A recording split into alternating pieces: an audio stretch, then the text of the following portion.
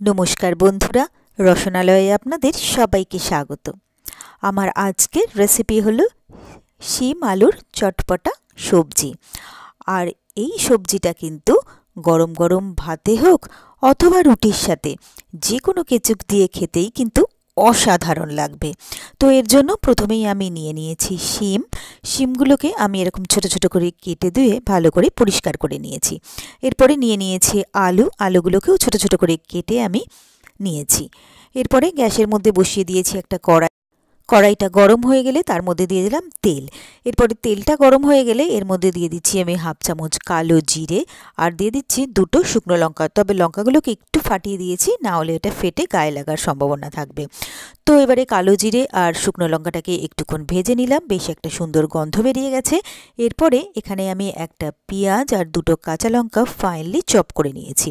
তো সেই পেঁয়াজ আর কাঁচা লঙ্কাটাই তেলের উপর দিয়ে দিলাম। এরপরে এই পেঁয়াজ আর কাঁচা লঙ্কাটাকে আমি খুব ভালো করে লালচে করে ভেজে নিলাম। এরপরে যে শিম আর আলুটা আমি কেটে রেখেছিলাম সেই কেটে রাখা শিম আলুটা আমি এর মধ্যে দিয়ে দিলাম। এরপরে এই পেঁয়াজের সাথে আমি শিম আলুটাকে কিছুক্ষণ ভালো করে মিশিয়ে নিলাম। এরপরে আমি এর মধ্যে দিয়ে দিচ্ছি হাফ চামচ হলুদ আর দিয়ে দিচ্ছি স্বাদ মতো নুন। এরপরে এই নুন আর হলুদটাকে শিম আর মিশিয়ে নিচ্ছি। আর তারপরে আমি এই শিম আর আলুটাকে একটুক্ষণ ভেজে নেব। তো এটাকে একটুক্ষণ ভেজে নিয়ে এবারে আমি এটাকে ঢাকা দিয়ে দিচ্ছি মিনিট 5-7-এর জন্য, যাতে শিমটা একটু নরম হয়ে আসে। তো মিনিট 7 পরে আমি ঢাকনাটা খুলে নিলাম, নেড়েচেড়ে দেখে নিলাম। এরপরে এটাকে আরও একটুক্ষণ আমি ভেজে নিচ্ছি।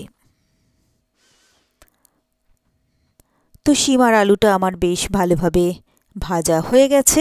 এরপরে আমি এর মধ্যে দিয়ে দিচ্ছি 1 চা চামচ রসুন বাটা, দিয়ে দিচ্ছি 1 চা চামচ ধনের গুঁড়ো, দিয়ে দেবো হাফ চা চামচ জিরের গুঁড়ো আর দিয়ে দিচ্ছি 1 চা চামচ কাশ্মীরি লাল লঙ্কার গুঁড়ো।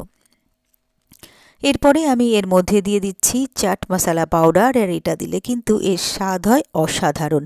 তো এখানে আমি 1.5 চা চামচ দিয়ে দিলাম চাট মশলা পাউডার আর একটা টমেটো, এটাও আমি ফাইনলি চপ করে রেখেছি, এটাও আমি এর মধ্যে দিয়ে দিলাম 2 চামচ জল। এরপরে সবটাকে আমি খুব ভালো করে মিশিয়ে নিলাম। তারপরে সব কিছুর সাথে এই মশলাটাকে আমি খুব ভালো করে কিছুক্ষণ কষিয়ে নিচ্ছি।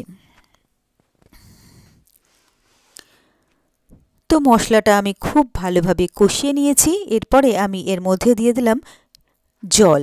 তো জলটা দিয়ে আমি ভালো করে সবটাকে মিশিয়ে দিচ্ছি। তো জলটা একটু কম মনে হতে আমি আবারও একটু জল এর মধ্যে দিয়ে ভালো করে মিশিয়ে দিলাম।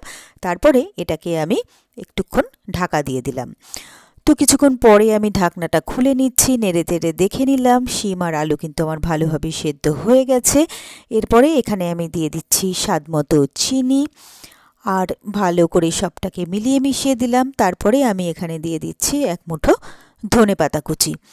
তো এটাকেও আমি ভালো করে মিশিয়ে নেব আর তারপরে একটুক্ষণ আমি এটাকে রান্না হতে দেব।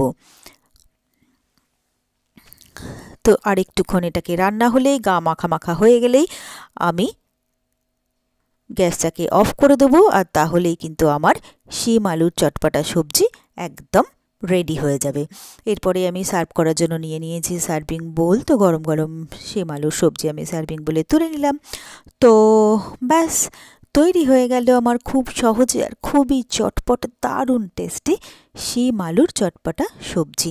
আর আমার এই রেসিপিটা যদি আপনাদের ভালো লেগে থাকে তাহলে আপনারাও বাড়িতে ঠিক এইভাবে একবার ট্রাই করে দেখবেন। আশা করি আপনাদেরও ভীষণ ভীষণ ভালো লাগবে। আর আমার রেসিপিগুলো যদি আপনাদের ভালো লেগে থাকে তাহলে প্লিজ আমার ভিডিওগুলোতে লাইক কমেন্টস ও শেয়ার করবেন। আর আমার চ্যানেলটা যদি নতুন চেক করতে থাকেন তাহলে প্লিজ আমার চ্যানেলটাকে সাবস্ক্রাইব করবেন। আর আমার ফেসবুক পেজ আর ইনস্টাগ্রামটাকে প্লিজ পারলে ফলো করে নেবেন।